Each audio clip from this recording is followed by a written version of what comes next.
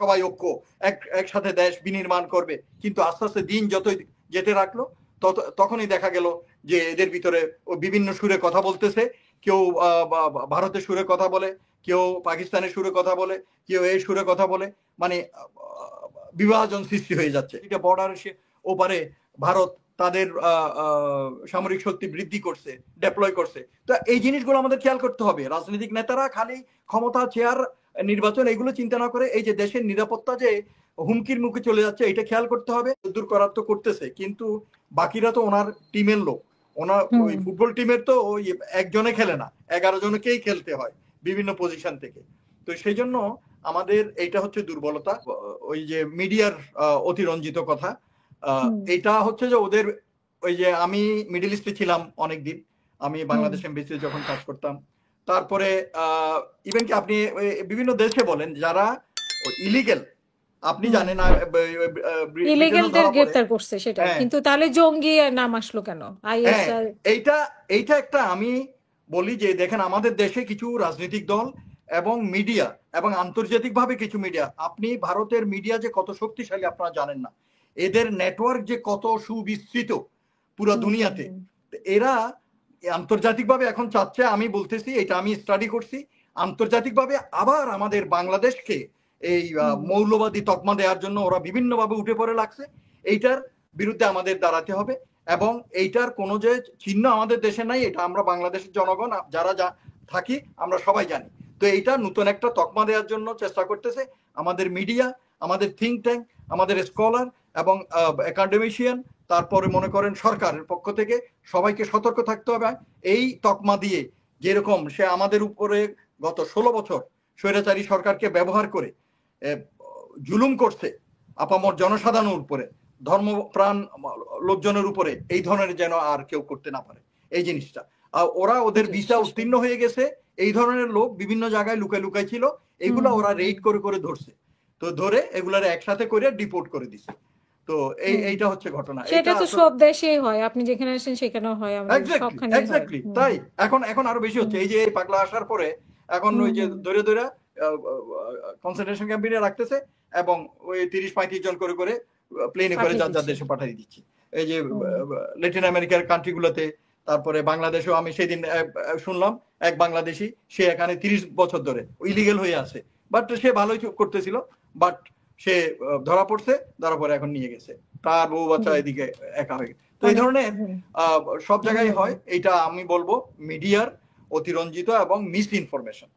তো আমি যে জিনিসটা বলতেছিলাম যে আমাদের জাতীয় নিরাপত্তা, এই সময়ে দাঁড়িয়ে স্বাধীন এই বিপ্লবের পরেই আপনারা খেয়াল করছেন একটা জিনিস, আমাদের জাতির ভিতরে বিভাজনের চেষ্টা করা হচ্ছে বাইরের শক্তি বিভিন্ন মাধ্যমে, মিডিয়া মিস ইনফরমেশনের মাধ্যমে, তথ্য সন্ত্রাসের মাধ্যমে, আমাদের বিভিন্ন দল, শ্রেণী পেশার মানুষের মাঝে, রাজনৈতিক দলগুলোর মাঝে। আপনি দেখেন 5ই আগস্টের পরে সব রাজনৈতিক দলের ভিতরে একটা মানে খুব সুন্দর সাইন সিমটম দেখা গেছিল, সবাই ঐক্য একসাথে দেশ বিনির্মাণ করবে, কিন্তু আস্তে আস্তে দিন যতই যেতে রাখলো তখনই দেখা গেল যে এদের ভিতরে বিভিন্ন সুরে কথা বলতেছে। কেউ ভারতের সুরে কথা বলে, কেউ পাকিস্তানের সুরে কথা বলে, কেউ এই সুরে কথা বলে, মানে বিভাজন সৃষ্টি হয়ে যাচ্ছে।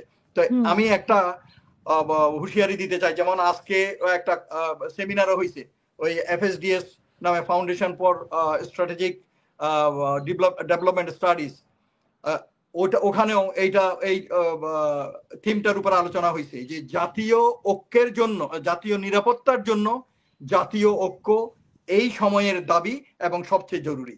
জাতীয় ঐক্য যদি না থাকে তাহলে আমাদের দেশকে আরো ধ্বংসের মুখে ঠেলে দেওয়া হবে। সেই জন্য আমি রাজনৈতিক দলের যেসব নেতা আছে, তা মুরব্বীরা আছেন, ওনাদেরকে অনুরোধ করব দেশের স্বার্থের কথা চিন্তা করে, আপনার সন্তানদের কথা চিন্তা করে আপনারা এখন ঐক্যবদ্ধ হন, নিজেদের নোংরা রাজনীতি এবং ক্ষমতার লোভ এইসব থেকে দূরে থেকে জাতীয় ঐক্য গড়ে তুলুন এবং একটা ঐক্যমত্যে এসে গণতন্ত্রের পথে উত্তরণের জন্য চেষ্টা করুন। একজন একজনকে দোষ দিয়ে লাভ নাই, সত্যকে মেনে নিতে হবে। আপনার লোক যে চাঁদাবাজি এবং দখলবাজি করতেছে এটা আপনাকে মেনে নিতে হবে এবং এদেরকে শায়েস্তা করুন, এদেরকে বহিষ্কার করুন। মুখে মুখে বললে হবে না, এদের ভিতরে আইনের হাতে তুলে দেন এদেরকে, এবং এইভাবে না করলে ঠান্ডা হবে না। তো সেজন্য সরকারকেও কঠিন অবস্থানে আসতে হবে এবং স্টেট ডিসিশন নিতে হবে, সামনে আগাইতে হবে, গড়িমসি করা যাবে না। রাজনৈতিক দলগুলো তাদের সংস্কার করতে হবে এবং ওই যে জিনিসটা একটু করে বলতেছিলাম, আমাদের এই যে বর্ডারে সীমান্তে যেই উত্তেজনা বিভিন্ন দিকে, মায়ানমারের ওদিকে আরকান আর্মি, রোহিঙ্গা, এইসব নিয়ে আমরা কষ্টে আছি। তারপরে এইদিকে ভারত শুরু করছে বিভিন্ন দিকে পুশিনের নামে। তারপরে লালমনিরহাটে আমাদের এয়ারপোর্টটাকে জরুরি ভিত্তিতে এটাকে ডেভেলপ করা উচিত, রিনোভেট করা উচিত, এটাকে আমাদের সচল করা উচিত, আমাদের সামরিক এবং বাণিজ্যিক ভাবে যাতে এটাকে ব্যবহার করা যায়। আমাদেরকে ভয় দেখানোর জন্য লালমনিরহাটের অপোজিটে বর্ডার ওপারে ভারত তাদের সামরিক শক্তি বৃদ্ধি করছে, ডেপ্লয় করছে। তো এই জিনিসগুলো আমাদের খেয়াল করতে হবে। রাজনৈতিক নেতারা খালি ক্ষমতা, চেয়ার, নির্বাচন এগুলো চিন্তা না করে এই যে দেশের নিরাপত্তা যে হুমকির মুখে চলে যাচ্ছে এটা খেয়াল করতে হবে। সেই জন্য জাতীয় ঐক্য এখন সবচেয়ে বেশি দরকার এবং সরকারের এগুলোর কথা চিন্তা করে আমাদের সশস্ত্র বাহিনীকেও প্রয়োজনীয় আধুনিক সরঞ্জাম সজ্জিত করা উচিত, যাতে যে কোনো দুর্যোগের মুহূর্তে আমরা এটার মুখোমুখি হতে পারি। তো এখন কথা হচ্ছে যে সরকার এত দুর্বল হইলে হবে না। আসল হয়েছে কি, ওনাদের গ্রুপটা, ওনাদের দলটা, টিম, এই যে ডক্টর ইউনূসের টিমটা কয়েকজন লোক ছাড়া দে আর নট ক্যাপেবল। তারা মানে তাদের এখানে এফিসিয়েন্সি, পারফরমেন্স ইজ পুয়ার। তারা ঠিক মতো প্রমাণ করতে পারে নাই। মিডিয়াতে বলেন, সোশ্যাল মিডিয়াতে বলেন, এটা আমি নাম বলবো না, বিভিন্ন জায়গায় এদেরকে সমালোচনা করা হয়েছে, বিতর্ক তোলা হয়েছে, এদের নামে কত কিছু বলা হয়েছে। বাট এরপরও ভাবখানা এমন, ডক্টর ইউনূস কাউকে নারাজ করতে রাজি না। যাদেরকে নিচে নেই, ওই উনি ওনার প্রথম বক্তৃতায় বলছিল না যে সমালোচনা করেন, সমালোচনা করার অধিকার আছে, আপনাদের সমালোচনা আপনারা করেন, আমার ডিসিশন আমি নিব। তো এইটা তো কোনো কথা হইল না।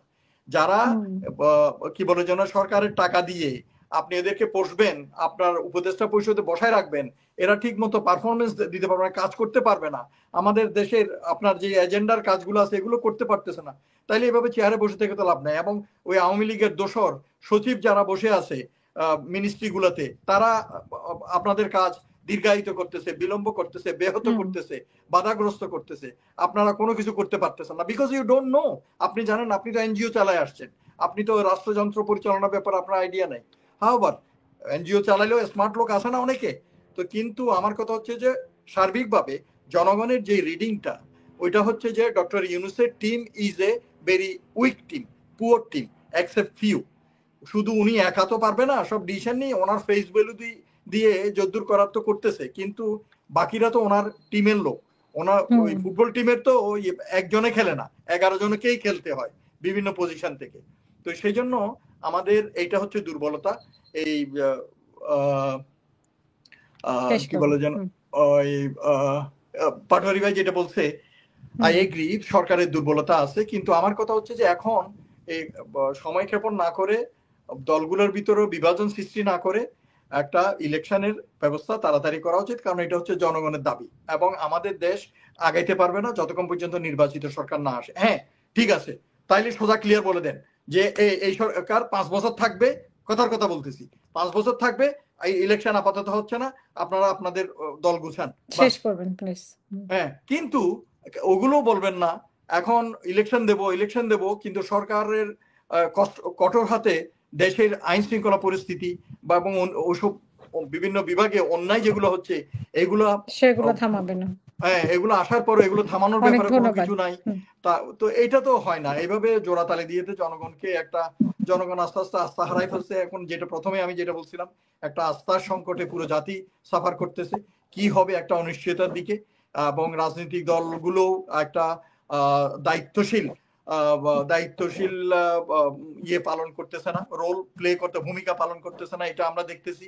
তো সেই জন্য আসলে সরকারের উচিত এগুলাকে সবগুলাকে একটা ঐক্যমত্যে এনে ই করার জন্য, এবং কে আসলো কে না আসলো এগুলোর জন্য যদি বেশি অপেক্ষা করে হবে না।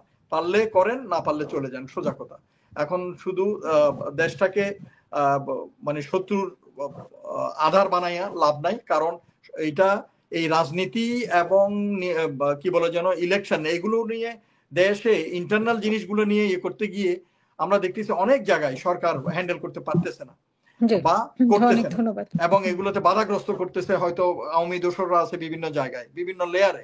16 বছর তো কম না, বিভিন্ন জায়গায় ওরা ওদের লোকজন বসাই দিয়ে গেছে, ওদের পছন্দের লোক। তা ওরা চাইবে না, ওরা চাইবে সরকারকে ব্যর্থ প্রমাণ করতে।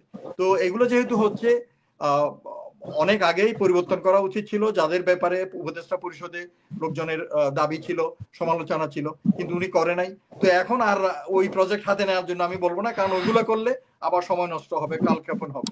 ওগুলো দরকার নাই, যা আছে ওগুলো দিয়ে জোড়াতালে দিয়ে আপনি ইলেকশনের দিকে আগায় যান এবং সুষ্ঠুভাবে।